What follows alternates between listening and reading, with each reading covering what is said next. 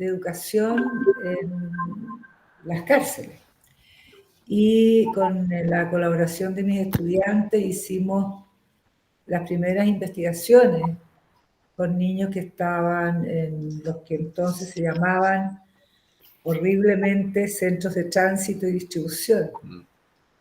Así es que yo conocí, digamos, esa realidad y no pude seguir en esa línea, a pesar de que tuvimos muchísimo éxito en lo que se hizo, porque no tenía la posibilidad de resguardar efectivamente a las estudiantes en ese momento, con las condiciones que había, en donde estábamos trabajando, que era San Joaquín, donde a una comuna pertenecía a la cárcel y a la otra comuna pertenecía a la escuela, pero estaban las dos en el mismo espacio, separadas por un patio. Entonces era complejo y no había cosas que priorizar. Y no pudimos seguir, pero los primeros trabajos los hicimos desde el Departamento de Educación Diferencial de la UNCE. No se había hecho nada antes. Yo recuerdo que para poder entrar a la cárcel de Puente Alto y a otros lugares, tuve que conseguir permiso especial para quien entonces estaba a cargo de lo que hoy día es el Sename. Y era bien complejo. Yo soy profesora del pedagógico. Y en ese tiempo ser profesor de pedagógico era complicado, digamos, pero afortunadamente había una persona a cargo que era muy abierta, digamos, y parece que se interesaba realmente porque se mejoraran las cosas, así que eso me permitió incursionar en el ámbito donde ustedes trabajan. Bueno, también... que espero realmente sea hoy día muy distinto. La línea de trabajo de diferencial en el área de contextos de encierro, bueno, ustedes saben, continúa. Sí, y ahí justamente nosotros nos sentimos, ahora que nombró ahí la UNCE, nosotros nos sentimos súper apoyados porque ellos hemos hecho un trabajo colaborativo desde hace muchos años ya. Entonces hemos logrado como proyectar juntos ese trabajo. También rescatar que nosotros hay un grupo de docentes que corresponde a aquel establecimiento, por no decirlo, todos los docentes, venimos hace mucho tiempo trabajando juntos. Ya trabajábamos antes en el CREA Galvarino, que es el hogar de menores, estaba ubicado en Bascuñán y ya se cerró. Nosotros trabajamos muchos años allá, entonces tenemos, por un lado, la experiencia de trabajar con chicos que hayan sido vulnerados en sus derechos, y por otro lado, con chicos imputados y condenados, que es justamente donde hemos tratado de dar este hueco y este cambio para que el proceso de los niños no continúe después acá como jóvenes condenados. Claro. Bueno, yo hoy día también he solicitado, Víctor, si están ustedes de acuerdo, voy a contarles sobre la metodología interaccional integrativa. Ya que, bueno, cuando partamos ustedes me dicen y yo parto, tengo un PPT. Vamos a comenzar ahora. A lo mejor más simple. No sé si me va a funcionar porque yo soy de otra generación y de repente la tecnología me falla, pero ustedes me ayudan si me falla. Por supuesto. Vamos a comenzar ahora. Primero quiero agradecer a usted, primero, porque es un lujo tenerla en esta mañana para esta charla. Yo revisé su currículum y realmente admiración total por el aporte a la educación. Agradezco a los directores que nos acompañan, a los profesores, a la gente de la DEM, a Tamara. ¿Cómo estás, Tamara? UTP del DEM. O sea, quisimos invitar a todo el mundo porque estamos de fiesta.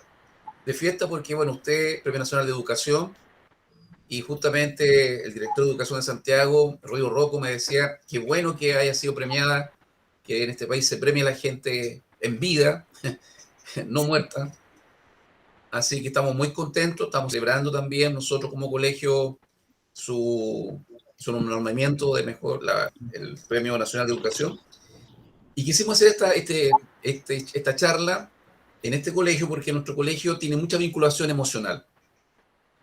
Como decía muy bien Martina, somos un colegio de contexto de encierro. Fuimos colegio que trabajamos con niños de CREA Galvarino. Por lo tanto, nos creemos mucho en lo que es la educación con el vínculo emocional. Lo vivimos. Y por eso me gustaría que Martina presentara un poquito el colegio para que usted me conozca el contexto. Martina, por favor. Sí, bueno, esto corresponde al CIP-CRC Santiago, que en realidad está dividido por su calidad jurídica. El CIP-CRC es un centro de internación provisoria y CRC son chicos ya condenados.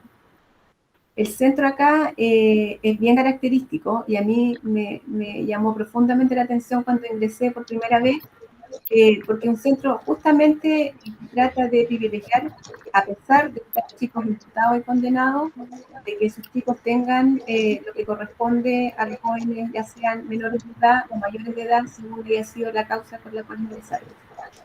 Están divididos por casa, están los chicos que son menores de edad en una casa y los que están ¿Se escucha bien, Francisco? condenados en otra casa. No se escucha tan bien. Martina, ¿puedes repetir? Ya. Ahora sí, volvió la conexión. Ahí sí. Que según la calidad jurídica, en lo que está separado el CIP-CRC Santiago, que CIP son chicos con internación provisoria, y CRC los chicos que ya están condenados. Los estudiantes se dividen por casa, que están, las niñas tienen 4 casas, que la casa 2 y 4, que son CRC, chicas ya condenadas, y que sean menores de edad en una casa, y las otras que sean mayores de edad en otra casa. Las casas tienen una calidad de entre 10 y 12 y 16 niñas que pueden tener por casa. Actualmente hay un cuidado interno muy grande en cuanto al COVID y todas las enfermedades asociadas, donde hay poquitas niñas, hay como 5 en cada casa. Entonces hay un cuidado interno, de hecho no han habido niñas con contagio, y chicos tampoco. Los chicos no hay chicos imputados, solamente condenados. La plaza de niños son 16 en total, pero actualmente hay 5. En la escuela tenemos 7 alumnos, ¿ya? Que es justamente a modo preventivo, que tienen poca capacidad. Hemos llegado a tener 50 hasta 70 alumnos, no más que eso, estando presentes. Durante el año va la rotación de ingreso e egreso de estudiantes, pero por matrícula hemos tenido hasta 70 estando en sala. Tenemos 5 salas, las que están divididas por nivel. Tenemos educación adultos, básica y media adultos, y en torno a eso hay una jornada de doble jornada. Dentro de toda esta calidad jurídica no podemos juntar los imputados con los condenados, por lo tanto tuvimos que hacer una doble jornada, jornada mañana, jornada tarde. Y trabajamos el plan de estudio que corresponde a educación adultos, lo cual debo decir que en este tiempo de pandemia nos dio la posibilidad de nosotros, que debiera de ser, poder priorizar estos contenidos, los cuales sean de significancia para nuestros estudiantes, y que así ha sido. Yo sé que para algunas personas ha sido, para todos en general, fuerte lo que es la pandemia, pero para nosotros ha sido una oportunidad.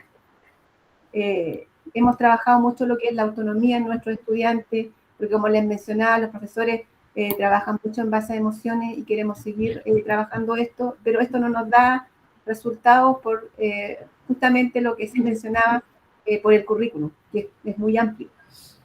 Entonces, en eso estamos trabajando, pero gracias a los docentes que tenemos y que trabajamos de manera colaborativa, hemos podido ir avanzando a poquito, y que se ha visto reflejado justamente en este año de pandemia.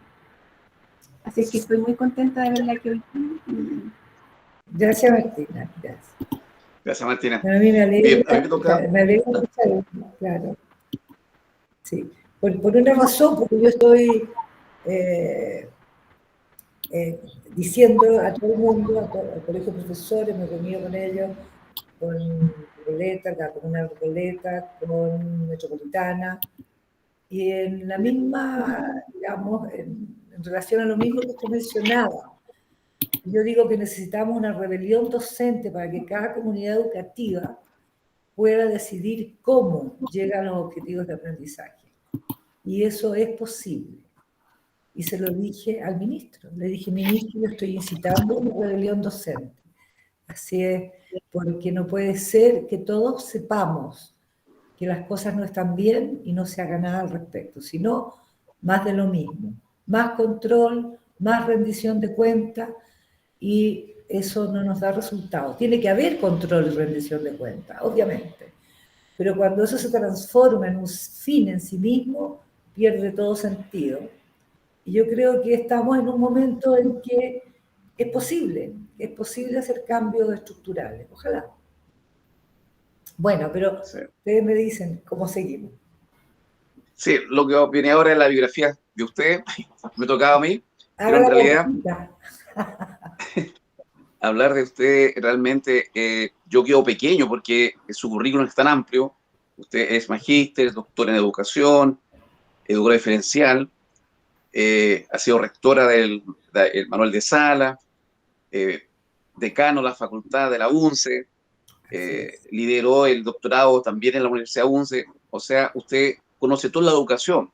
Lo que me impresionó a mí de su currículum fue también usted fue innovadora con las clases de innovadora la parte de vinculación emocional, los estudios indígenas. O sea, realmente usted incorporó la cátedra de la cultura indígena súper bien. Entonces, y el Premio Nacional de Educación, yo creo que está bien ganado porque realmente denota una profesora, una obra diferencial, desde que pasó por todos los pasos. Así que estamos ansiosos de escuchar su experiencia, porque realmente conocer las experiencias de otras personas enriquecen el bagaje de cada uno. Así que no tengo más que decir. Me encantaría que usted comenzara con la charla en la Norton. Bueno, yo la verdad, uno dice, he hecho muchas cosas, pero todo está en función de acoger la diversidad. Esa ha sido la reconceptualización de la diversidad para que sea acogida realmente en la educación, ha sido el eje de todo mi trabajo.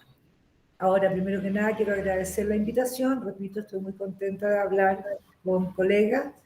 Y lo que yo voy a mostrarles, yo a principios de los años 80, cuando me titulé y empecé a trabajar con niños con problemas de aprendizaje, en ese tiempo los niños con problemas de aprendizaje iban a una escuela especial, en jornada alterna, que era bastante más terrible. Iban a su escuela en la mañana o en la tarde y en jornada alterna tenían que ir a una escuela especial 3 veces a la semana.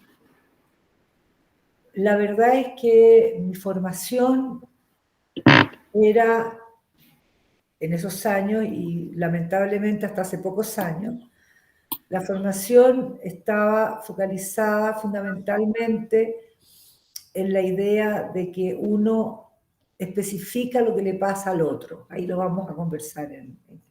Y por lo tanto, estaba fundamentada en mucho diagnóstico para determinar qué era lo malo que tenía el niño para corregirlo. La idea del modelo médico clínico lineal era lo imperante. Lamentablemente todavía permanece. Y entonces, como a mí no me hacía sentido hacer eso, creé una propuesta pedagógica que tiene un nombre que hoy suena raro, incluso algo extravagante o incluso algo tonto, porque se llama metodología interaccional integrativa. Pero se llama así porque en esa época los estudios sobre las investigaciones internacionales sobre aprendizaje de la lectoescritura y aprendizaje del cálculo iban por caminos separados. Como si los niños aprendieran de aquí para acá con este pedacito de cerebro a leer y escribir y con este otro pedacito a calcular y resolver problemas. Por eso se llama integrativa. E interaccional se llama interaccional porque en educación en esa época nadie miraba las interacciones, ¿ya? Estábamos recién empezando a mirar la importancia del fluir relacional, de la interacción en la sala de clase. Por eso que la metodología se llama interaccional integrativa. Ahora bien, antes de pasar al detalle, también quiero contarle, porque es interesante la historia, la metodología tenía su fundamento en la teoría de sistemas. Cuando yo le elaboré, mi reflexión fue, si hacemos una interacción distinta a la habitual, en un sistema particular, como es el aula, la sala de clase en educación, que conforma un sistema, si hacemos interacciones ortogonales, interacciones distintas, que no son habituales, tenemos más posibilidades de provocar cambios. Ese fue el pensamiento inicial, ese fue el punto de partida de la MI, tomando, por supuesto, como fundamento epistemológico lo que entonces era constructivismo, Piaget, Vygotsky, Luria fundamentalmente. Y elaboré la metodología y empecé a trabajar con niños con problemas de aprendizaje en la escuela 86, una escuela especial, que era entonces centro de práctica de la carrera. Parece que estaba Stephanie antes. Y pregunta tú nomás, después voy a... habría que pedir que apagaran los micrófonos porque si no, ¿cierto? Ya. ¿Está bien? Entonces me encontré con Humberto Maturana. Y cuando, esto fue en el año 80, me encontré con Humberto, yo estaba elaborando mi metodología. Bueno, ahí nos encontramos y no nos desencontramos más, entre paréntesis, hasta el 2005 que me abandonó. Me abandonó, digo yo, y lo sentí por mí, mi equipo, o por mi equipo y por mí, pero me alegré mucho por él porque él estaba muy contento con su instituto. ¿Ya? Instituto que tenía una proyección y un sentido que para él era muy importante, pero no para mí. Entonces ahí nos separamos. Bueno, y cuando yo comprendí lo que decía Humberto, comprendí la explicación de su biología del conocimiento, era como si hubiese encontrado la pieza del rompecabezas que me faltaba a la metodología. Y por eso es que se dice que la MI, metodología interaccional integrativa, se fundamenta en la biología del conocimiento de Humberto. La verdad que es un poquito anterior, pero efectivamente le da la robustez epistemológica que necesitaba esta metodología. Yo les voy a ir mostrando, espero, vamos a ver dónde está, no, ahí no pasó nada. Vamos a ver, ahí me quedé. El compartir no lo encuentro.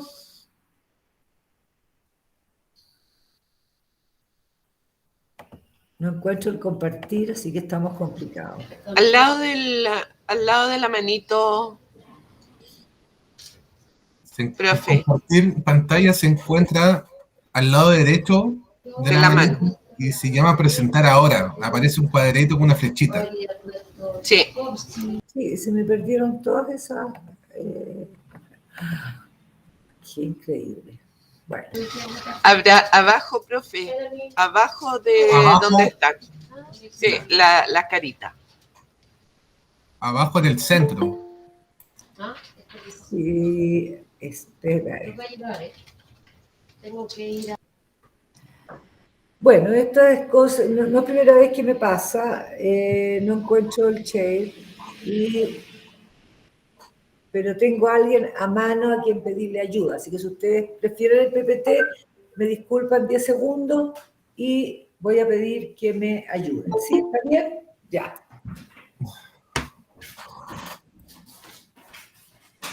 Sofi, no puedo compartir. No puedo compartir, no encuentro la derecha. Esto es poco, profesionalmente uno dice esto no debe pasar, pero pasa. Ahora, también podemos conversar sin PPT, pero prefiero porque creo que es mejor para todos que puedan quedar con, digamos que hay algún registro, también la puedo mandar después, pero ahora mi computador se le perdió el compartir. Así que por favor espérenme un segundito.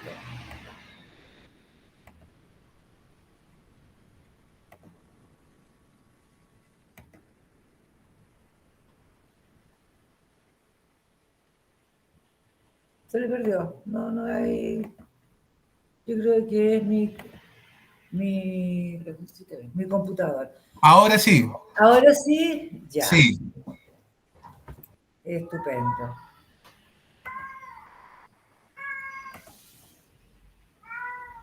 Pero se fue de nuevo. No tenemos. Ahí sí. ¿Ahí lo ven ustedes? Sí, lo vemos claramente. Ya. ¿Y me ven a mí también? También. Ah, estupendo, ya. Yo no veo ninguna cuestión, pero no importa, porque lo importante es que lo vean ustedes. Bueno, esta es lo que les conversaba, disculpen, pero no es primera vez que me pasa, la primera vez me complicó un poco, la segunda me complicó menos y la tercera me complica menos todavía, porque no es consistente esto de la tecnología, no siempre pasa lo mismo, como en la vida, digamos. Bien, la MI se define como una propuesta pedagógica que cambia el contexto interaccional del aula y el sentido, el propósito es acoger la diversidad utilizando preguntas abiertas, no dando instrucciones sobre cómo hacer y, por supuesto, considerando las emociones de las y los estudiantes. Yo al final de la presentación voy a darles algunos tips que no necesariamente corresponden a hacerse cargo de la MI en su totalidad, pero que pudiesen ser interesantes para las y los colegas que me están escuchando. Antes que nada, hay que, a mi juicio, clarificar dos aspectos que son fundamentales para nosotros los profesores. Todos y todas nosotras hacemos lo que creemos que es mejor para que nuestros estudiantes aprendan. Y eso que hacemos tiene que ver con nuestras creencias, con la adopción que tenemos sobre alguna perspectiva teórica o epistemológica, y eso hace que nos comportemos de una manera o de otra. Y para caracterizar esto, yo, digamos, las divido en dos grandes ámbitos. Hay muchos intermedios, pero para efectos de la explicación.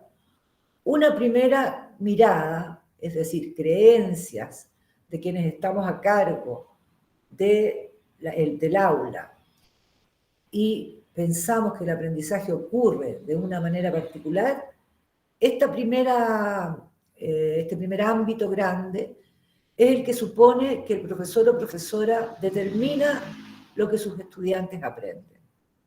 Y se relaciona con las teorías asociacionistas implicadas en el paradigma que era predominante hasta hace no mucho tiempo atrás, ¿ya? Es decir, lo que yo como profesora hago o digo especifica lo que le pasa al estudiante que está conmigo en la sala de clase. Y el otro gran ámbito es de creencias, digamos, de las y los profesores, es la adopción de la perspectiva que supone que el aprendizaje es un proceso activo desde el propio estudiante. Y se relaciona con las explicaciones o teorías de orientación socioconstructivista que imbrican emociones y aprendizaje y que son hoy el paradigma que toda la formación docente declara. Pero este nuevo paradigma está no hace tantos años y el anterior, yo diría, más 2 siglos o 3, o siempre. ¿Ah? No, siempre no, porque hubo periodo de cambio. Y el otro punto importante para poder comprender mejor lo que sigue es la reconceptualización de la diversidad en educación. Y ahí está lo que nosotros hemos trabajado por muchos años para llegar a esta reconceptualización. Nosotros entendemos la diversidad como la consecuencia de modos distintos de construir significados que dan lugar a una visión de un mundo diversa, que en algunos sentidos, en muchos sentidos, que no es mejor ni peor, es solo diferente. Y se constituye esto según el modo de convivencia, por lo tanto, es legítimo. La visión de mundo que se constituye de acuerdo a cómo uno vive es legítima, aunque no nos guste, pero es legítima porque es lo que esa persona construyó como significados de su mundo. Y no puede evitar eso, es lo que está. Para cambiarlo tenemos que convivir de una manera distinta. Bueno, por eso que distintos procesos de socialización tienen como consecuencia distintas configuraciones de mundo. Y el otro punto importante, la diversidad es condición de la situación educativa. Entonces, para la reflexión sobre nuestro quehacer docente, yo creo que es muy importante tener claridad respecto a dónde nos situamos en estos ámbitos de comprensión sobre el aprendizaje, qué es lo que realmente creemos que ocurre en el otro, cómo ocurre el aprendizaje, qué lo facilita, qué lo dificulta, para ver si efectivamente lo que nosotros estamos pensando se refleja en lo que nosotros hacemos en la sala de clase. Y el punto de comprender la diversidad, que es condición de la situación educativa y que es siempre legítima. Por lo tanto, yo siempre recuerdo y doy este ejemplo, cuando yo estaba trabajando en este lugar que estaba la cárcel, estaba la escuela, separados por un patio, y los niños estaban en espera de resolución judicial. Había niños desde 8 años a 15, estaban todos juntos, solo varones, y estaban mis estudiantes haciendo una práctica de la MI con ellos, y 2 niños se trenzaron a golpes, y mis estudiantes hicieron lo que habían aprendido, es decir, desviar la atención de la pelea, preguntándolo en voz muy alta a los otros niños qué les parecía lo que estaba pasando. Y un niño contestó, mal, pues tía.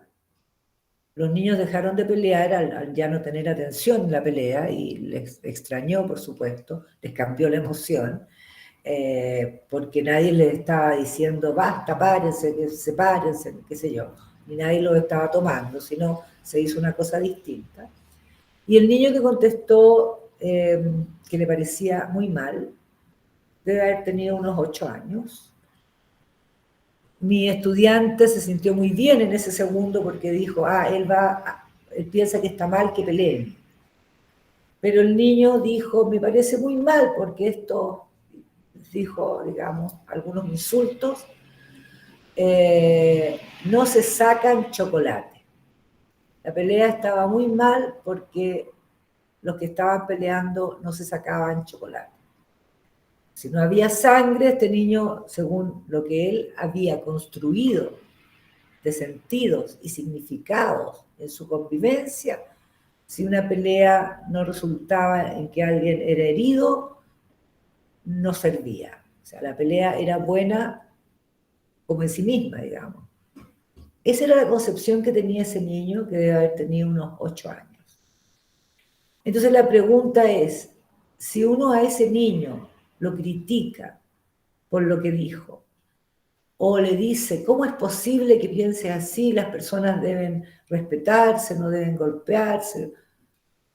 No se saca nada, porque el sentido y el significado que trae ese niño lo construyó en su convivencia. Y para cambiarlo hay que hacer otra convivencia, que vaya en otro sentido. Bueno, esa es un poco la idea, en un caso extremo, de la construcción de sentido y significado de acuerdo a cómo uno vive. Si uno quiere cambiar eso, tiene que convivir de otra manera. Y la educación, en la mayoría de las veces, es siempre una convivencia prolongada. Por lo tanto, tiene la posibilidad de efectivamente hacer esos cambios. Y el otro punto, en la entrega de aprendizaje, diversidad, son las emociones. Ustedes, no es necesario que me extienda, ustedes los tienen claros, porque el fundamento teórico acá es la concepción de emociones de la biología del conocimiento de Humberto Maturana, como disposiciones corporales para la acción, que son dinámicas, que por lo tanto pueden cambiar momento a momento, y que acotan el espacio de acciones posibles. Si uno está en una emoción, ¿cierto? Ustedes lo saben, puede hacer determinado tipo de acciones, y si está en otra emoción, no puede hacer esas mismas, tiene que hacer otras acciones. Y esto es cotidiano y todos lo sabemos. Cuando estamos contentos, hacemos determinadas acciones. Y cuando estamos enojados, obviamente hacemos unas muy distintas. Lamy, tomando el concepto de aprendizaje de Maturana como fenómeno de transformación en la convivencia, ¿cierto? Que un observador puede distinguir como una conducta nueva que corresponde a una historia particular de interacciones, entonces el aprendizaje siempre ocurre. Pero lo que puede pasar en esta convivencia es que el aprendizaje no corresponda a lo que uno como profesora quiere. Y ahí hay que preguntarse entonces, ¿qué estamos haciendo en esta convivencia que no logramos hacer que cambie un sentido o un significado? Porque los sentidos y significados que traen los niños o los jóvenes a la sala de clase se pueden ampliar, pueden modificarse, se pueden incluso desaparecer, pero en la medida que la nueva convivencia tenga regularidades, características particulares que se conserven. Por ejemplo, el respeto al otro. Si yo quiero que el niño aprenda a respetar al otro, tiene que vivir una convivencia donde él sea respetado, por ejemplo. El supuesto, como les decía primero de esta propuesta pedagógica, es que una interacción diferente a las habituales tiene más posibilidades de gatillar cambios que uno pueda ver como aprendizaje, siempre que se esté en una emoción favorable. Esto lo hicimos mucho antes de realizar las investigaciones que terminaron en el 2010 con 1000 estudiantes de pedagogía de todas las carreras y con todas las escuelas y liceos de 2 comunas de Santiago, donde miramos la implicación de emociones y aprendizaje y cómo era fundamental para este aprendizaje el estar en una emoción grata. Esto nosotros lo teníamos como supuesto cuando yo elaboré esta propuesta, pero ahora puedo decir que la disposición emocional favorable obviamente facilita los aprendizajes. Y esto está ampliamente investigado, hay una especie de boom a nivel mundial.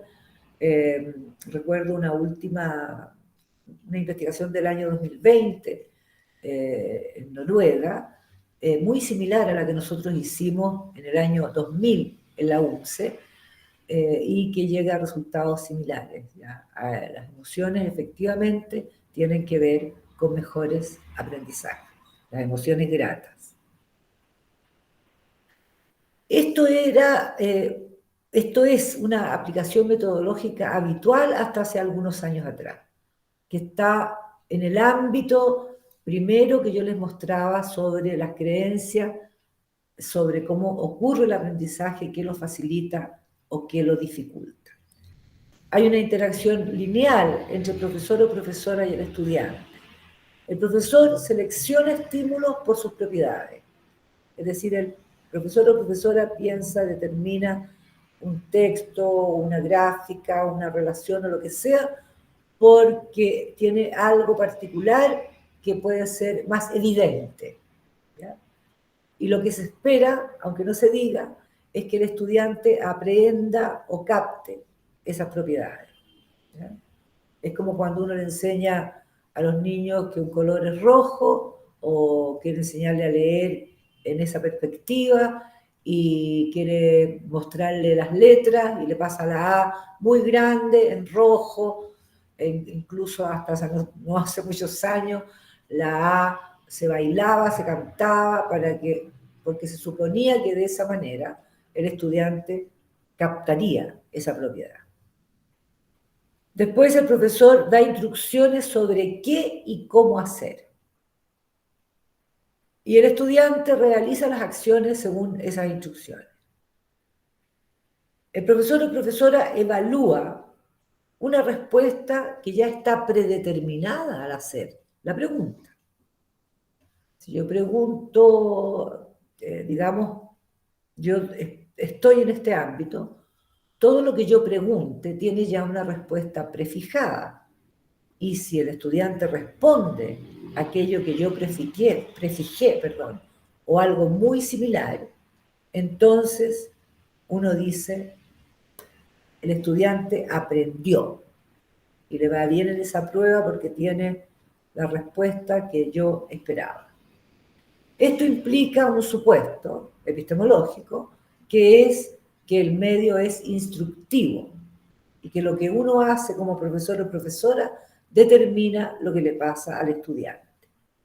Bueno, ahora, en la MI esto es completamente distinto. El sustento epistemológico es fundamentalmente el constructivismo radical de Maturana, pero también en la actualidad de muchos otros autores.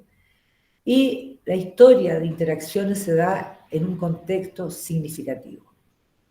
El profesor o profesora estructura un contexto significativo y mantiene en él la relación estudiante, profesor durante la clase. El estudiante descubre el problema como coordinación de variables. Decide cómo lo hace. ¿Qué voy a hacer para resolver esto? ¿Cómo lo hago? Ejecuta aquello que decide, dice lo que hizo y lo fundamenta. Las preguntas son, bueno, el tipo de cuestiones que hace el profesor es, a ver, ¿cierto? Hazlo, cuéntame qué hiciste y por qué. Y siempre se recibe la opinión de los compañeros. El profesor se preocupa de que el grupo participe, vamos a ver enseguida de qué modo y con qué tipo de preguntas. Otra cuestión importante que en esos tiempos parecía una locura, ahora ya no tanto, es que el profesor no da, o profesora, no da instrucciones sobre cómo hacer la tarea. Es un guía activo, pero neutral. Si un estudiante va a hacer algo que evidentemente va a conducir a un error, ¿ya? El profesor no lo detiene o no le dice así, no. Le permite que haga lo que piensa que tiene que hacer. Y después cuando le pregunta qué hiciste y por qué, y le pregunta a los compañeros qué les parece esa respuesta, tenemos entonces el contexto para la reflexión, para mirar de nuevo lo que hizo. Y es mucho más posible que el estudiante se dé cuenta del error y lo corrija.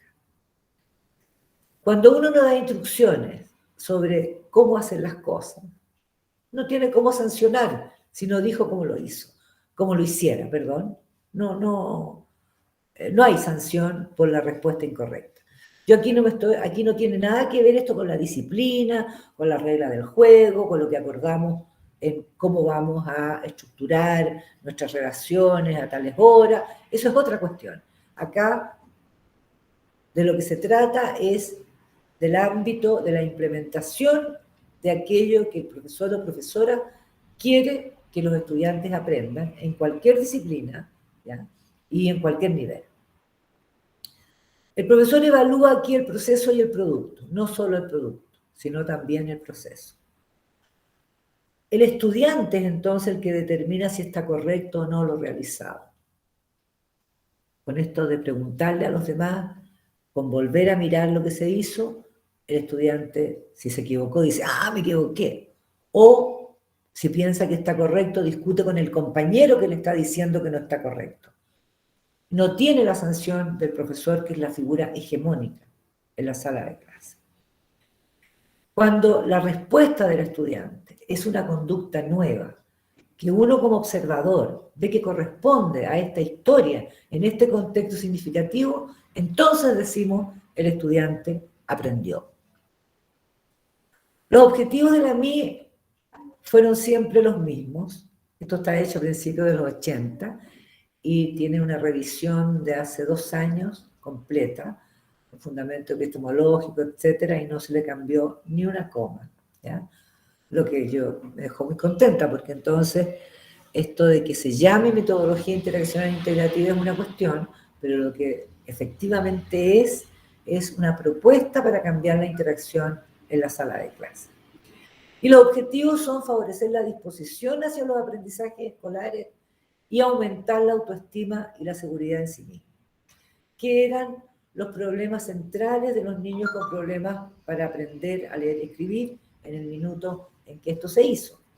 Pero que después vimos que eran los mismos objetivos que perseguimos con párvulos, básica, media, pregrado universitario y postgrado universitario. La MI se aplica en todos los niveles.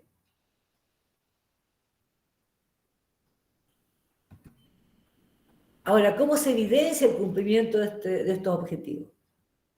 ¿Qué es lo que yo veo a poco andar de hacer esta aplicación con estos tips? Veo mayor interés por participar, porque cambió la emoción.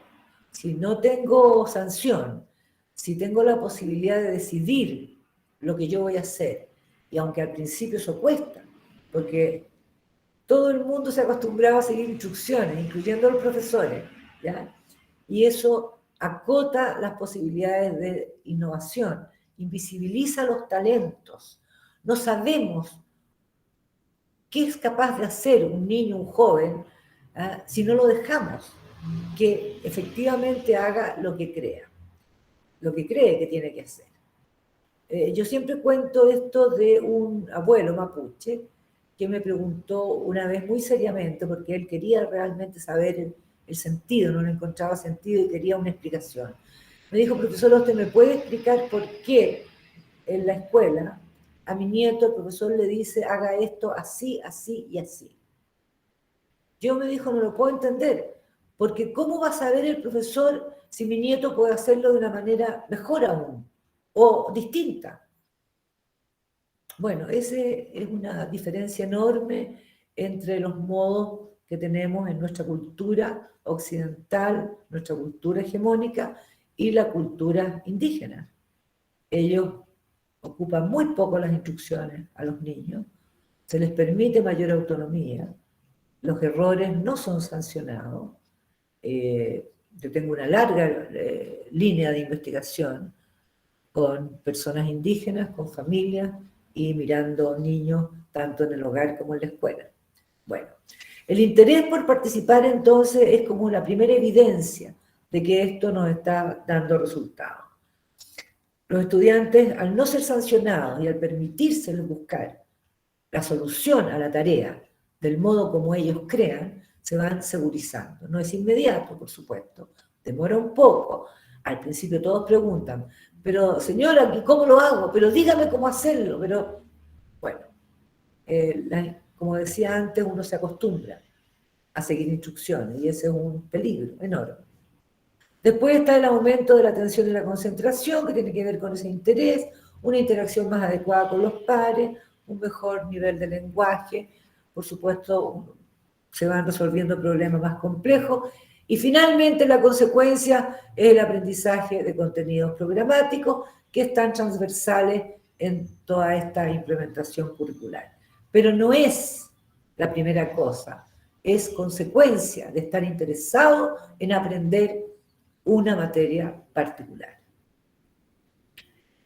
Bueno, y aquí hay algunas sugerencias para la práctica docente, porque esto nosotros lo estamos aplicando ya por 30 años y lo hemos hecho en todos los niveles.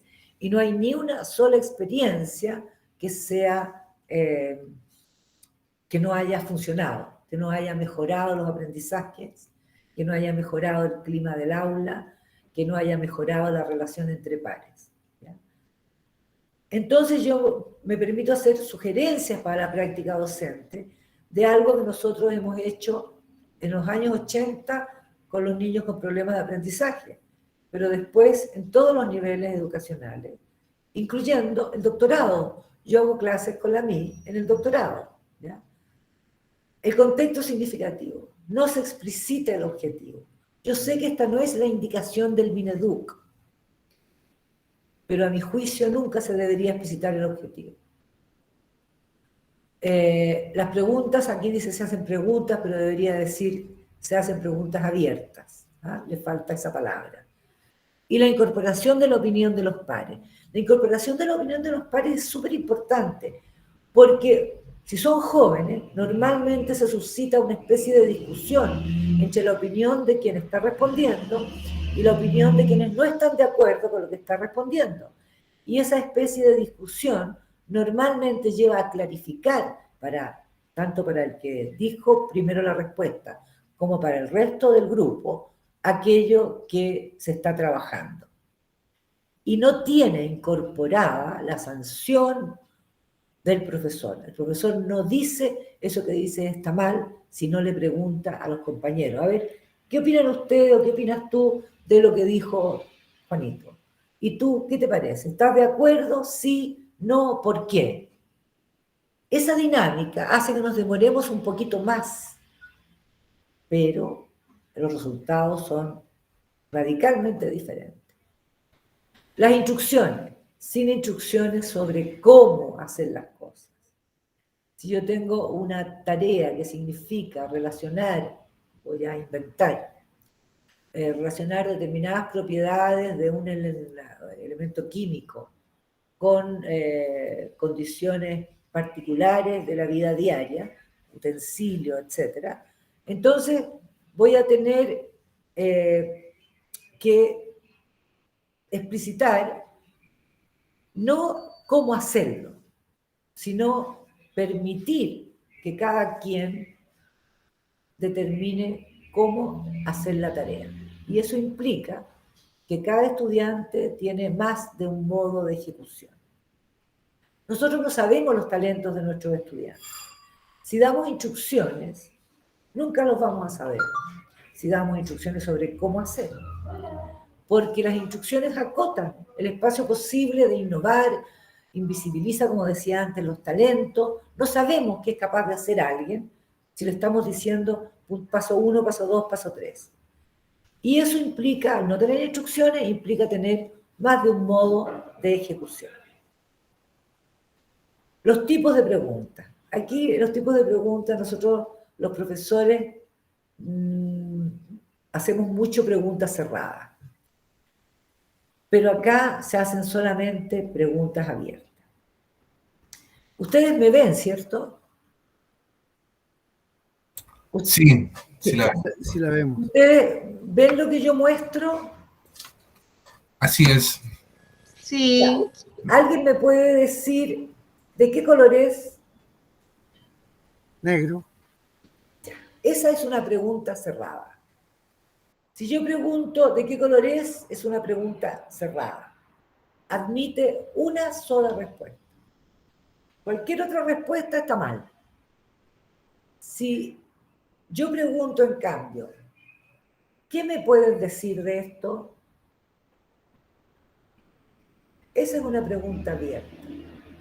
Y me podrían decir 1000 cosas, además de que es negro.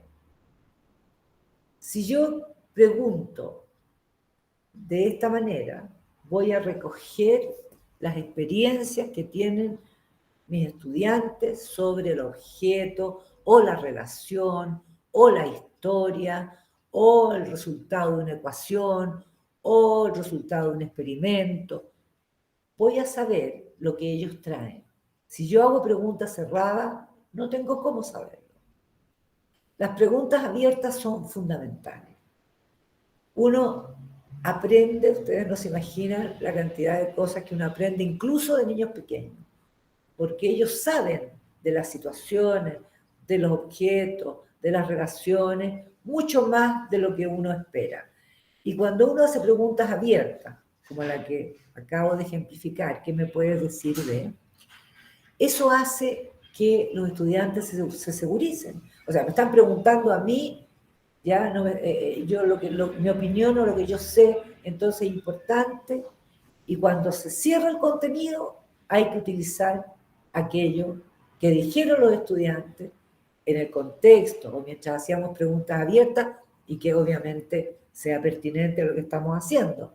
Y entonces el estudiante se siente reconocido en este cierre. O sea, lo que yo traje, este granito de arena, de mi conocimiento respecto a esto que estábamos trabajando, se reconoce y se incorpora en el cierre del contenido. Eso es como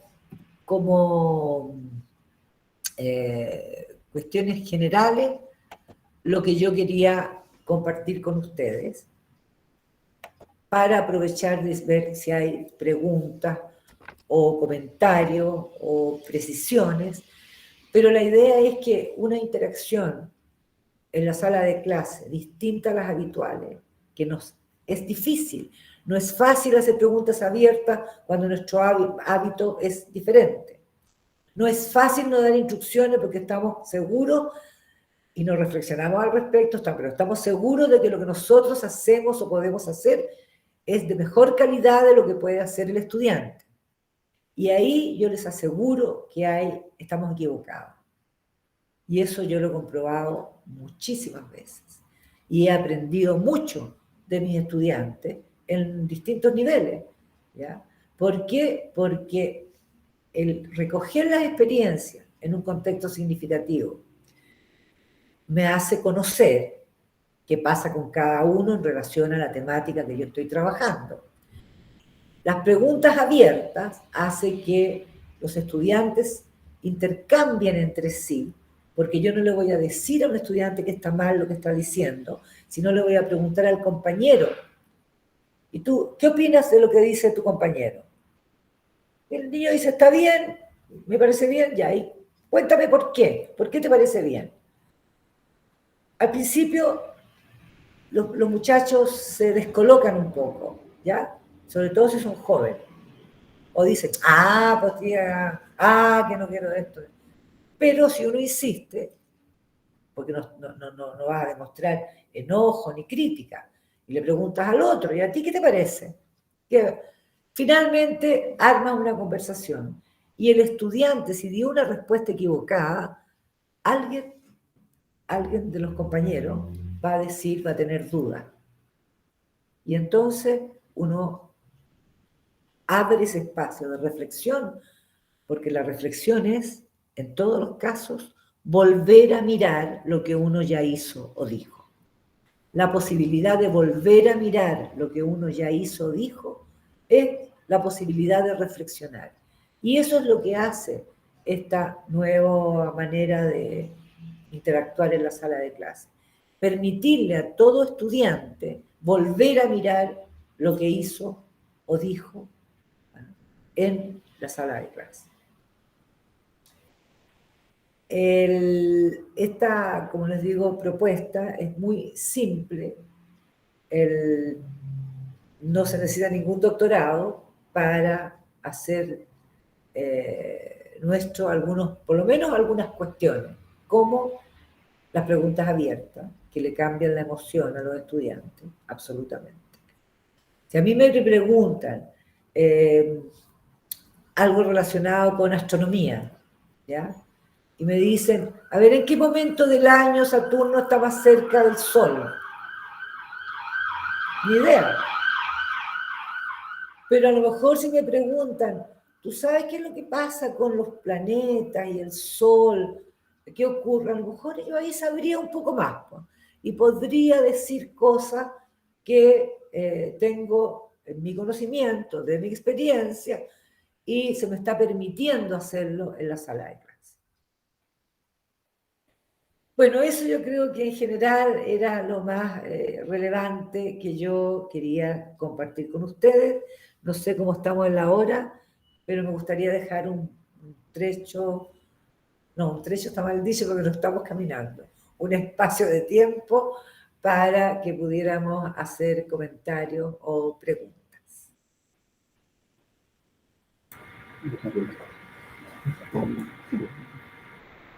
Nolfa, ¿sabes?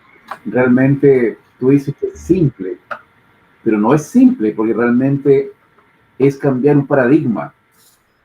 Los docentes estamos acostumbrados a hacer clases del siglo XIX. Así es. Y se ha dicho todo esto, esta nueva forma, se sabe que es así, que es la forma adecuada, pero nos cuesta. Tú fuiste profesora de estudiantes de formación. ¿Qué dicen los jóvenes con respecto a esta propuesta? ¿Qué dicen los estudiantes? Mira, yo te voy a decir mi primera experiencia con la MI, con un niño de 11 años que venía por primera vez, que no sabía leer ni escribir, que venía del campo y que no había ido nunca a la escuela. Vivía con su abuelo, no tenía ninguna mujer en la casa, no tenía ni su mamá ni su papá, vivía con su abuelo. Y a los 11 años lo trajo a esta escuela, a la escuela 86. Y yo hice mi primera clase con la MI, que era sobre la familia, me parece. Recuerdo que ese día los niños tenían todos más o menos esa edad, entre 9, 13 años. Y hubo una discusión sobre si las mascotas eran familia, me acuerdo, que fue muy interesante. En este contexto significativo hubo toda una discusión entre ellos respecto, no, pues el perro o el gato eran de la familia, y finalmente decidieron que no era de familia, que no eran familia, que eran mascotas, que eran otra cosa, no recuerdo el nombre. Y después de eso yo les entregué una hoja de trabajo sin instrucciones, ¿ya? Que tenía elementos de lo que habíamos conversado para que ellos lo relacionaran del modo como ellos estimaran. Eso significa, para niños absolutamente acostumbrados a las instrucciones, recibir una hoja que no tiene ninguna instrucción, no tiene ninguna flechita, ningún colorcito, ninguna indicación, pero tiene elementos de aquello que habían estado conversando. Y la idea es que ellos determinaran qué hacer. Entonces los niños preguntaron, ¿y qué hago, tía? Lo que tú creas que hay que hacer. Piensa lo que estábamos conversando y tú ves lo que tú creas que hay que hacer y hazlo. Este niño de 11 años que no había ido nunca al colegio, o sea, no tenía la experiencia de las instrucciones, pero de todas maneras él lo que hizo fue, tomó la hoja, la arrugó, la apretó y la tiró. Y yo seguí con la clase. Esa conducta no entra, porque no me interesa reiterarla, no me interesa validarla, no me interesa que vuelva a pasar, y por lo tanto la ignoro, no ocurre, no está en nuestra interacción. No tiene una mirada de reproche, no tiene nada. Él lo hizo, yo seguía haciendo mi clase, y el niño se para a los pocos minutos, par de minutos, se para y me toma del brazo el delantal. En ese tiempo nosotros usábamos delantal. Y me dice, tía. Yo lo miro y le pregunto, ¿quieres otra hoja? Ya, me dice. Y le paso la otra hoja y él hace su tarea. Este episodio es muy significativo, yo lo relato muchas veces.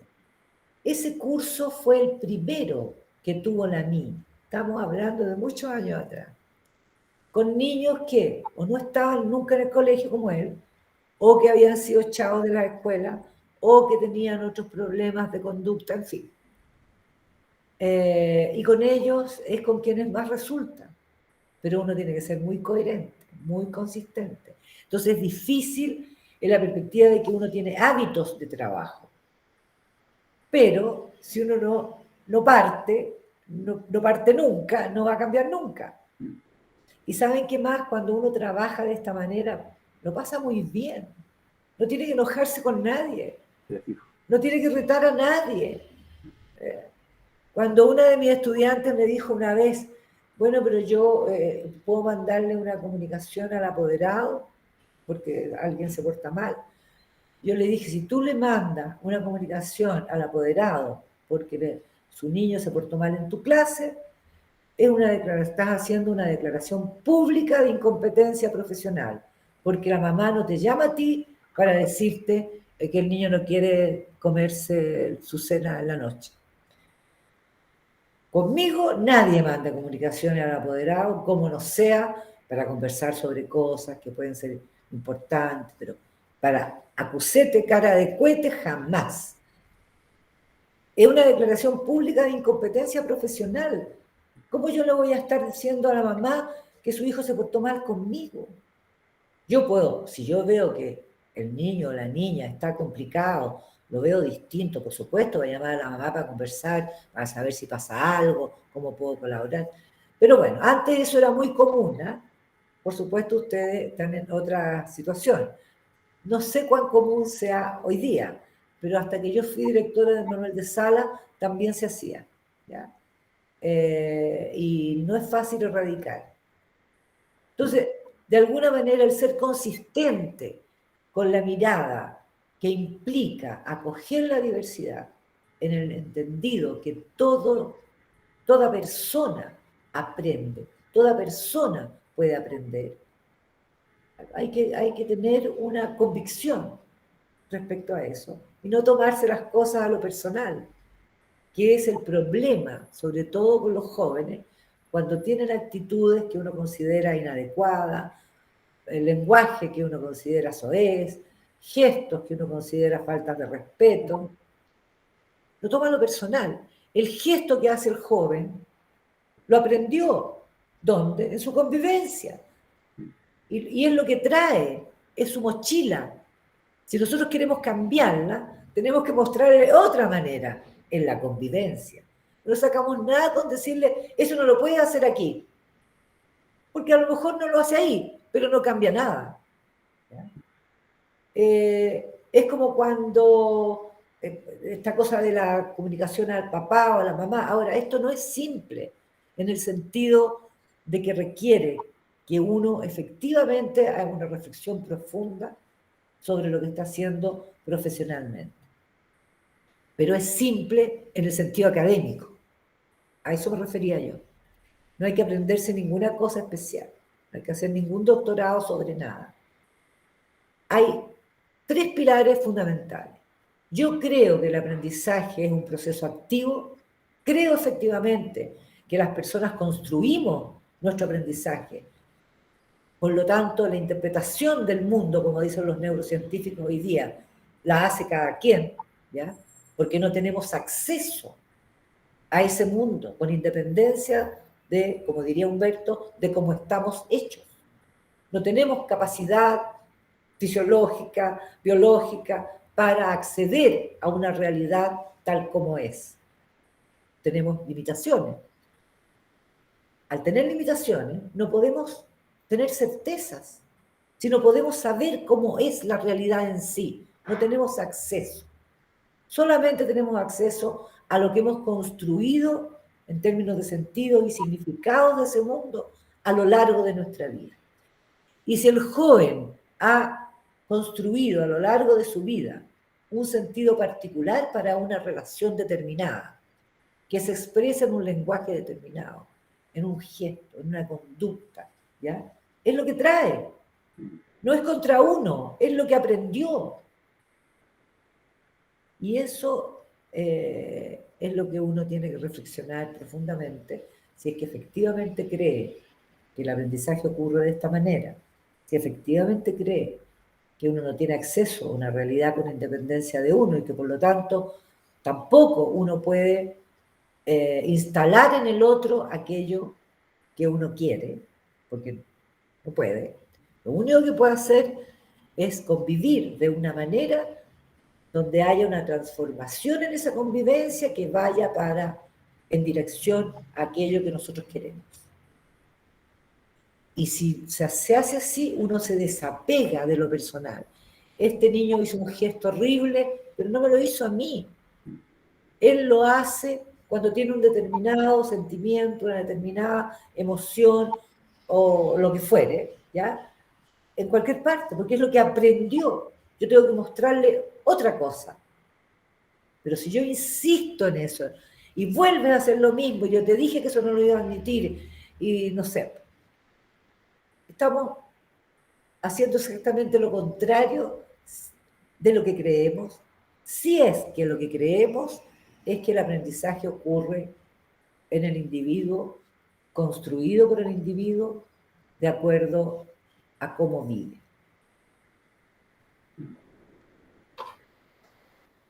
¿Preguntas? ¿Hay preguntas, colegas?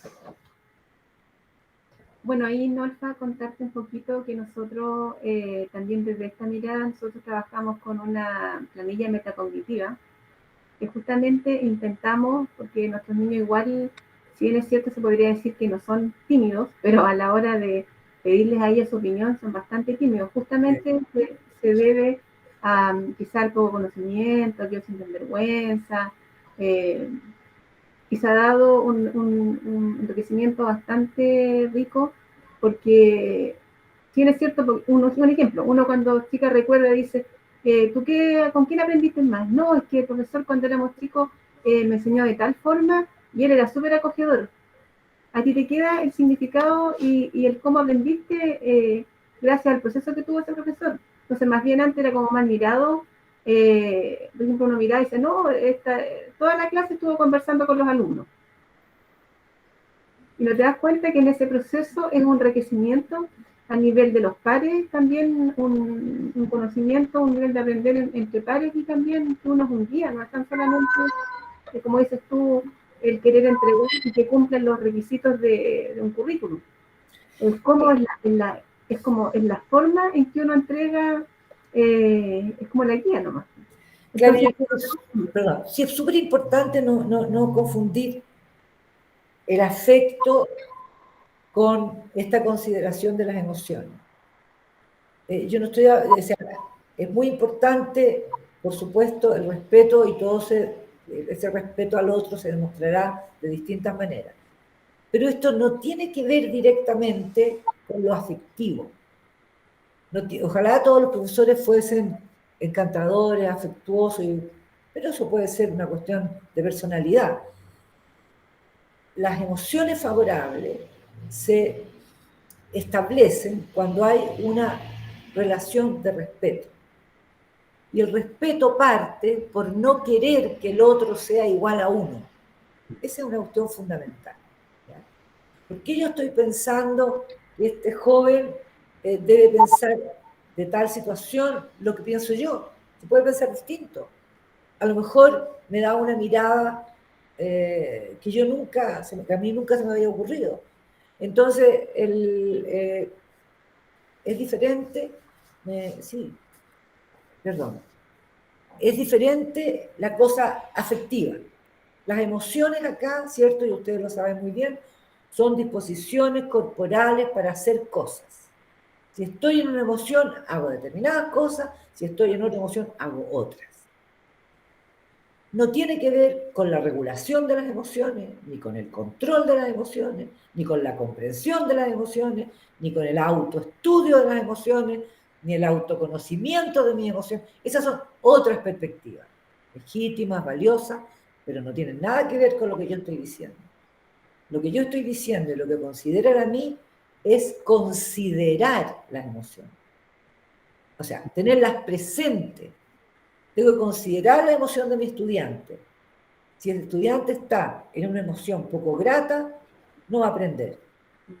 Si el estudiante está en una emoción grata, va a aprender. ¿Por qué? Porque va a hacer acciones en esa dirección. Primero va a estar atento, va a hacer preguntas, va a pedir precisiones. ¿Ya? En cambio, si está en una emoción no grata, está aburrido, lateado, no quiere estar, no va a hacer ninguna de esas cosas.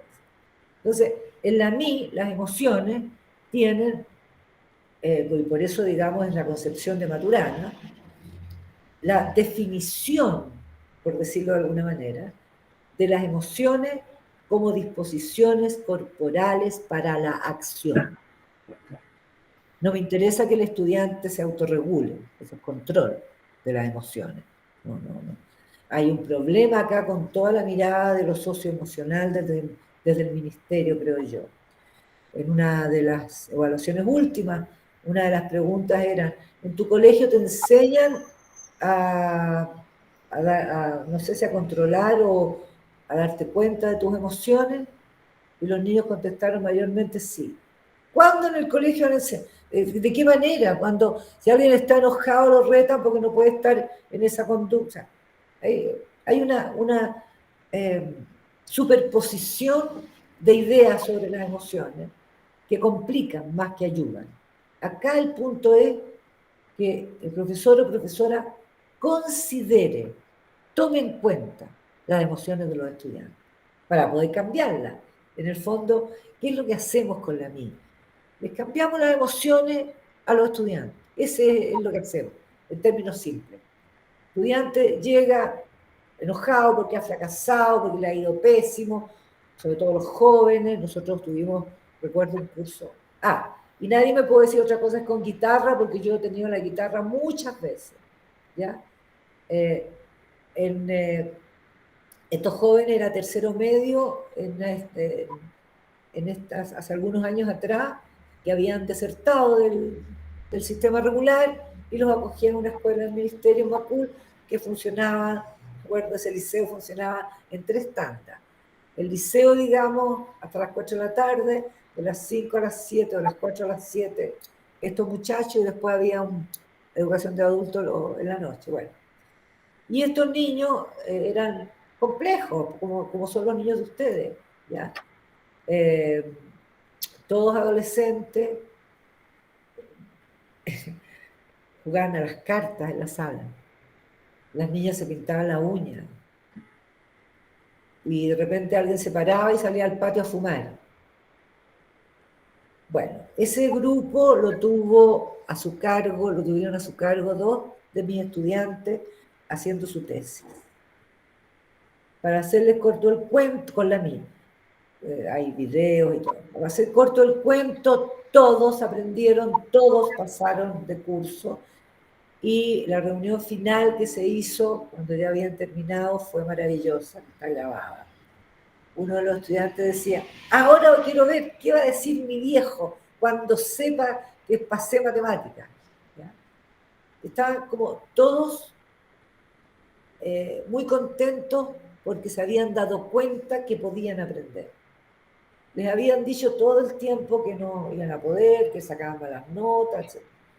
Y acá tuvieron esta experiencia con la MI, que fue muy compleja la partida, pero mis tesistas eran muy buenos y fueron perseverantes, siguieron al pie de la letra, digamos, las indicaciones que da la línea epistemológica, y fue todo un éxito. Y como les digo, esto se ha hecho, la MI la hemos ocupado, el equipo de la MI es amplio, hay muchas profesoras y profesores que se formaron conmigo y que forman parte del equipo de la MI. Algunos se han ido un tiempo de la universidad, recuerdo una decana que estuvo un tiempo con un curso extraordinario, cuando LAN Chile era LAN Chile, hizo un curso a todas las personas de LAN, con la MI, fue muy exitoso. Otro estudiante que ahora vive en Alemania y que trabaja con la MI allá, con niños, lo hizo en el área de, no recuerdo cómo se llama esa parte en Alemania, la escuela, que es como el técnico profesional práctico, ¿ya? En el área automotriz, con la MI. En residencia de rehabilitación de jóvenes drogadictos en el sur. También se ha trabajado con la MI en tesis de posgrado. Con los campesinos, ¿cómo se llama? Los agricultores que tienen que ver con las abejas, los apicultores. Con las asociaciones de apicultores del sur y del norte se ha trabajado con la MI. Y con las escuelas, como les decía, desde párvulo. Y nosotros, en la carrera de problemas de aprendizaje, ocupamos la MI. Ahí habemos 1, 2, 3 profesores que son del equipo y que hacen clases en el magíster de la misma manera y en el doctorado de la misma manera. Entonces, hay una larga historia que nos muestra que en distintos contextos, con distintos estudiantes, desde distintas perspectivas, si uno al menos hace preguntas abiertas, si permite más de un modo de ejecución, si permite que los estudiantes determinen qué hacer, ¿ya? Y después digan qué hicieron y por qué, tenemos mejores resultados de aprendizaje. No sé si hay más preguntas. ¿Preguntas, colegas? He abierto el micrófono. Aprovechen. Para siempre. Yo quisiera preguntar algo, o sea, 2 cositas. Bueno, primero que nada me trae recuerdo a algunos profesores que tuve en el colegio, que creo que por ahí por los años 70 ya lo usaban, algo parecido, haciendo grupos de estudio, haciendo que decidiéramos muchas cosas. Pero también yo había escrito ahí donde si alguien quiere encontrar más información sobre esto puede encontrarla, ¿ya? Porque es interesante. Hay bibliografía, claro, hay bibliografía. Hay artículos en revistas indexadas, pero yo pienso que lo que más puede servirle son las tesis que están en la UNCE. Hay alrededor de 40 o más tesis de pregrado y de magíster en la MI, que están en la biblioteca UNCE. ¿Por qué pienso yo que eso les puede servir más que la bibliografía de artículos en revistas indexadas? Porque el artículo es una cosa académica que obviamente tiene, es corto, 10 páginas y se termina. Pero en las tesis ustedes pueden, en la biblioteca de la UNCE, una vez que sea posible acceder, hay la MI con papá, la MI con educación de adultos, la MI en párvulo, la MI en distintos ámbitos. Hay varias evaluaciones que han hecho los tesistas en el área de cálculo, en el área de ciencias sociales, en el área de lenguaje, ¿ya? Entonces hay una gran variedad de tesis, o sea, de investigaciones que se han hecho en escuelas, en liceos, en lugares concretos, que están en la UNCE. Entonces, podríamos hacer las dos cosas. Yo les puedo mandar bibliografía de artículos publicados, pero yo les sugiero tratar de conseguir las tesis en la UNCE, porque hay tantas, ¿no? Hay muchísimas. En la línea de investigación de la MI se nutre solamente de tesis, o sea, de investigaciones de pre y posgrado. No hemos hecho nunca con la MI, por ejemplo, yo he ganado 4 proyectos Fondesit y 3 proyectos Fonide y como 20 proyectos internos en mi trayectoria, digamos. Y nunca la MI ha estado en esos proyectos, porque siempre la línea de trabajo de investigación y de colaboraciones a la MI ha sido en función de las investigaciones finales de los estudiantes. ¿Por qué razón? Porque a mí lo que me interesa, en el caso de la MI, es la aplicación práctica en la escuela, en el colegio, en el liceo, no me interesa una elucubración teórica, eso ya está. Me interesa ver, a ver, y si lo hacemos en este lugar, en escuela multigrado. Ahora, eso no quiere decir que no tenga investigaciones. Tiene 2 a partir. Una de la aplicación de la MI en niños con problemas de aprendizaje y la otra que fue la primera que se hizo en escuela rural, integrada. O sea, perdón, unidocente. En escuela rural se hizo también investigación. Esas investigaciones también están en el CPIP, que es donde el repositorio de ese tipo de investigación, ¿ya?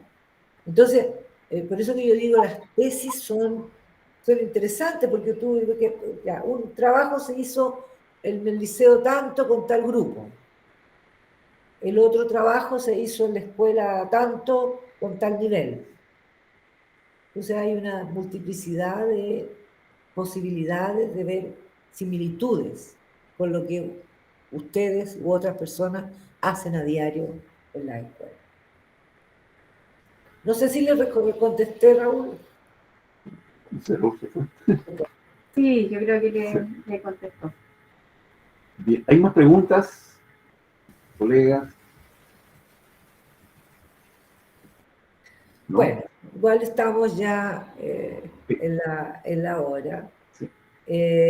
Yo creo que con independencia de que no tengamos preguntas o comentarios, yo ojalá creo que esto podría llevar a una reflexión, porque si solamente adoptáramos las preguntas abiertas, veríamos cambios rápidamente en nuestra sala de clase. Nos cuesta no dar instrucciones sobre cómo hacer, pero si damos la posibilidad de que las y los estudiantes determinen cómo hacerlo, ¿ya? Y aunque nos pregunten, pucha, ¿cómo no nos dice, señora? Una vez a mí un estudiante me dijo, en la universidad, me dijo, señora, yo vengo aquí y pago para que me enseñen, no para que me hagan preguntas. Así me dijo un estudiante. Eso era como su segunda clase. Me dijo que ella iba y pagaba para que le enseñaran, le respondieran, y no para que le hicieran preguntas. Esa misma estudiante después ha sido una gran colaboradora, investigadora, autoridad en la universidad. Bueno, claro. ¿Por qué? Porque primero el estudiante se siente descolocado frente a algo que no tiene el hábito. Y lo terrible, ¿sabe qué es? Es que los profesores se están acostumbrando a lo mismo, a que les den instrucciones sobre qué y cómo hacer. Y eso es terrible porque invisibiliza los talentos e impide la innovación. Yo no tengo por qué hacer lo que el otro me dice si yo sé lo que tengo que hacer. Soy profesional, conozco mi contexto, yo conozco a mi estudiante, yo conozco mi contexto, yo sé cómo es mi comunidad. ¿Cómo me va a decir un experto qué es lo que yo voy a hacer? ¿Por qué? A lo mejor el experto sabe mucho y tiene muy buena intención, pero ¿conocerá el cotidiano escolar? ¿Cuántos años hará que no pisa una escuela? Pero también depende de que nosotros, los profesores, nos empoderemos. No hay ninguna ley que impida que uno haga su trabajo profesional como le parezca. Pero nos acostumbramos a seguir instrucciones. Y yo con mucha pena escuché el otro día a una colega quejarse de que no le daban lineamientos claros. Y yo pensé, esto es una tragedia. Y por eso es que decidí visitar a esta rebelión docente. No puede ser que estemos esperando que nos dé lineamiento. Somos profesionales, tenemos una buena formación y además tenemos la experiencia, el saber pedagógico que da la experiencia, el saber pedagógico que es, a mi juicio, la entidad epistemológica que nos es propia. El saber pedagógico es lo que nos distingue. Si no fuera por eso, el biólogo haría biología, el matemático haría clases de matemáticas y nadie nos necesitaría. Pero nosotros tenemos la comprensión de la relación dialógica entre teoría y práctica. Y podemos entonces hacer este corpus de conocimientos que vienen de distintas disciplinas y que son el contenido, ¿ya? Que tiene un núcleo que es el aprendizaje, cómo ocurre, cómo creemos que ocurre, qué lo facilita, qué lo dificulta, y todo esto nosotros lo articulamos en esta comprensión que tenemos de esta relación dialógica entre teoría y práctica. Eso es lo propio nuestro. ¿Cómo vamos a esperar que alguien nos dé lineamiento? Eso a mí me preocupó. Yo creo que las profesoras debiesen atreverse. Puede que no todo nos resulte, no siempre todo es maravilloso, pero fundamentalmente en escuelas, en contexto de encierro, con jóvenes que son particularmente complejos, porque el mundo que ellos traen, los sentidos y significados del mundo que han construido, son tan distintos a los nuestros. Entonces no los podemos comprender. Pero si nosotros comprendemos al menos que lo que dicen, que las actitudes, que los comportamientos son productos de su convivencia, entonces sabemos que tenemos que convivir de otra manera para que eso se modifique. Bueno, creo que eso sería... Hay una pregunta pendiente. ¿Barbarita? ¿Bárbara? ¿Se fue? No, justo se fue. Se fue. Se asustó. ¿Bárbara? ¿Está ahí? Parece que se fue. Aquí estoy, director. Cuente. Soy docente de estudios sociales del Liceo Humberto Maturana, estaba muy pendiente de la charla. El año pasado me evalué, me llamó mucho la atención cuando se menciona que el objetivo no tiene que ser explícito en una parte, y porque tenemos instaladas esa lógica del objetivo, y a nosotros como docentes, cuando los estudiantes entienden es como una especie de profecía autocumplida, ¿cierto? Yo señalo cuál es el objetivo y ellos ven cómo logran, hay un sentido de logro detrás. Por lo menos esa es la lógica que sustenta en el inicio desarrollar ese primer objetivo. Entonces, me gustaría preguntar respecto porque también entendiendo que efectivamente lo que usted mencionaba de volver a esta revolución, a ver dónde es mi zona de influencia y mi toma de decisión también como docente, ¿cómo puedo generar algún paralelo que quizás pueda reemplazar este objetivo, pero teniendo o sea, pensando en los estudiantes como centro, por supuesto, que para ellos sea mucho más útil y pertinente según cada comunidad y contexto? Claro, yo sé que el ministerio es quien propone con la mejor intención que se presente el objetivo. Pero yo diría, hagamos una reflexión sobre nosotros mismos. Usted va, por ejemplo, vamos a poner una cosa completamente distinta a la escuela, para que se entienda. Ya, supongamos que usted quiere entrar a una escuela de cocina, aprender una cosa diferente, ¿ya? Porque tiene ganas de ser chef internacional. Y usted entra a esa escuela de cocina y ahí dice, objetivo, ¿ya? Preparar, no sé qué cosa, pues no sé los nombres de la comida exótica, ya. Preparar tal cosa a tal punto y tal estilo. Y usted no sabe eso, porque nunca lo hizo antes. ¿Qué pasa con su empuje? Te venía súper contenta, ¿ya? Y mira, chuta, no sé nada de esto. Le cambia la emoción y cambia las acciones, ¿ya? En cambio, si usted descubre eso en el transcurso de una conversación, de que están los elementos, y usted dice, mira, esto parece que fuese, no sé, se parece a tal cosa. Y la persona que está haciendo de profesor o de maestro, no sé cómo se dice, le da el nombre correcto de esa preparación. Entonces usted aprendió el nombre convencional, pero sobre su experiencia. Nunca se le va a olvidar. No parte con el nombre convencional, parte con el proceso. Y después tiene el nombre convencional, asociado ¿a qué? A la experiencia, y nunca se olvida. ¿Ya? Por eso yo digo que yo entiendo el sentido que tiene poner el objetivo en la pizarra, entiendo el objetivo que tiene para quienes lo determinaron, pero yo pienso que es un error. Yo pienso que es un gran error.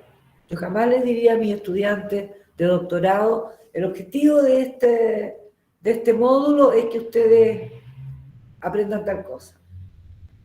O sea, jamás. Yo no lo tengo que hacer. No o sea, uno tiene absoluta libertad de cátedra. Los profesores no están en igualdad de condiciones en ese sentido, pero igual pueden no poner el objetivo. Entonces, porque uno cierra su puerta y hace lo que cree que tiene que hacer para que sus estudiantes aprendan. Y eso es lo que hacemos todas y todos los profesores. Cerramos la puerta de la sala y hacemos lo que creemos que es mejor para que nuestros estudiantes aprendan. No sé si te contesté bien. Sí, muchas gracias. Lo único que, de todas maneras, entiendo que cada experiencia va a variar según cada persona, entonces de ahí quizás unos conozcan, otros comprendan, y me parece muy significativo cómo se plantea. Sin embargo, existe como esta suerte de estructura o de marco que me sirve para poder intencionar a través como de un andamiaje. Entonces, ¿se puede intencionar quizás de otra forma? Por supuesto, sí. El asunto es que si tú pones el objetivo, a mi juicio, te es mucho más difícil llegar al objetivo. En cambio, si tú estructuras un contexto significativo, esto es una situación, puede ser de conversación, puede ser de llevar un relato, o una situación, o un objeto, lo que sea, dependiendo del objetivo que se trate, y hacer preguntas abiertas sobre eso. Y ahí te vas a dar cuenta qué experiencias traen en relación a eso los estudiantes. ¿Ya? Entonces, armar ese contexto con esta conversa, y todos van a decir, ya no, yo esto, lo otro, que sea. Y tú le preguntas a sus compañeros, ¿y a ti qué te parece lo que dijo tal? ¿Estás de acuerdo? ¿No? Y recoge las experiencias de los estudiantes. Pero si tú esa recogida de experiencia no la utilizas para cuando cierres el contenido, tampoco sirve de mucho.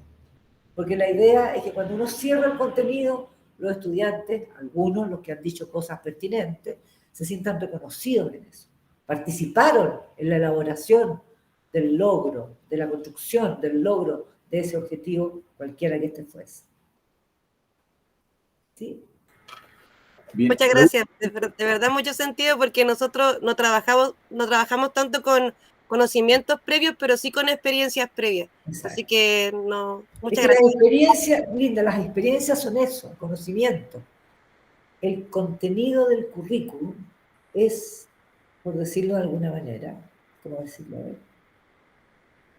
Lo que se aprende de contenido en cualquier área en el currículum es una consecuencia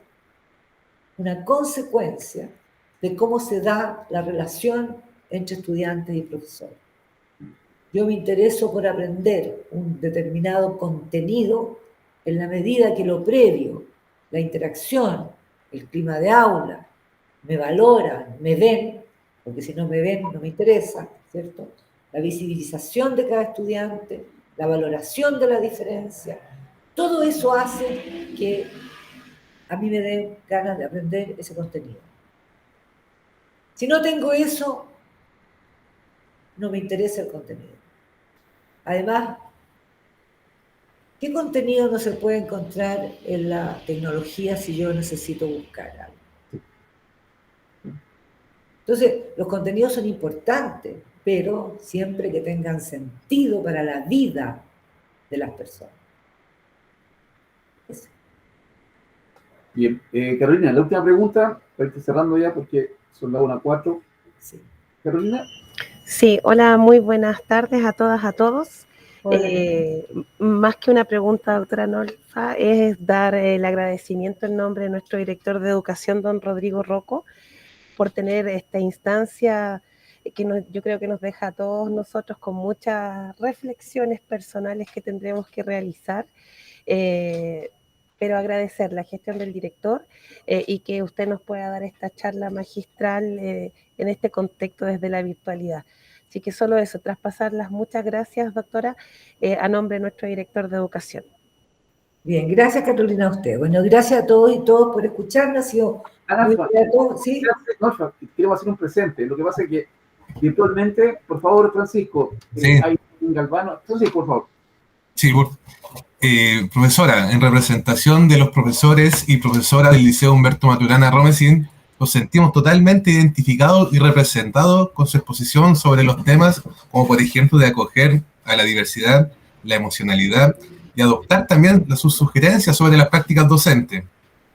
Por esto mismo, queremos hacer entrega como comunidad educativa de este presente a usted, profesora,